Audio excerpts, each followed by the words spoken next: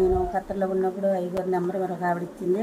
మా ఇల్లు చూస్తేనేమో బాగలేదు, తాటకిల్లు మరి అవతల ఎవరు కట్టుకున్నారు. ఏమో నీటిలో ఉండడం, నీటిలో పడుకుంటాం గట్ట, పాములు గట్ట కొబ్బరి దళ్ళు అవి తీసేసి కట్టుకుందామని ఆశపడితే పక్కన ఒక అతను అయితే డబ్బులు ఇస్తామన్నాడు. అతను ఏమైనా సరే ఇత్తనాక 3 నచ్చలు ఎక్కడొక్కడ తెచ్చిచ్చి బాధ్యత నాది అన్నాడు. అతను ఏం చేశాడు అంత తర్వాత ఇల్లు ఎరగ తీసాక మళ్ళీ లేవని చెప్పాడు. మళ్ళీ నేను రాత్రిపురం వచ్చి నేను అయ్యగారికి మరి ఇలాగని చెప్పారు. మళ్ళీ ఇంటికి వెళ్ళగానే నాకు ఒక అతను వచ్చి అయితే అమ్మ నీకు నేను 3 నచ్చలు ఇస్తాననేసి అతను చెప్పాడు. మళ్ళీ ఇంకో దగ్గర నచ్చ అలాగే ఇలాగ తీర్చాలి అప్పులేని భయపడిపోయాను. చెప్పాను అయ్యగారండి ఇలాగ అప్పులు ఉన్నాయా తీరలేదు ఇంకా అంటే ఈర్షత్వమ్మ ఏం పర్వాలేదని అయ్యగారు నాకు దగ్గర చెప్పారు.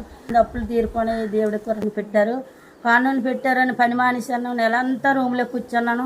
నా దగ్గర చూస్తే అక్కం లేదు, పాస్పోర్ట్ లేదు, ఏమీ లేదు. బొతాకుండా రేమో మరొకసారి కోయిటికి వచ్చేటప్పుడు అయ్యగారు గోదర్శనానికి రండి అని నేను ఫోన్ చేశారు. అమ్మ నువ్వేం భయపడకు అయితే పైన మా ఇంటికి వచ్చేసాను.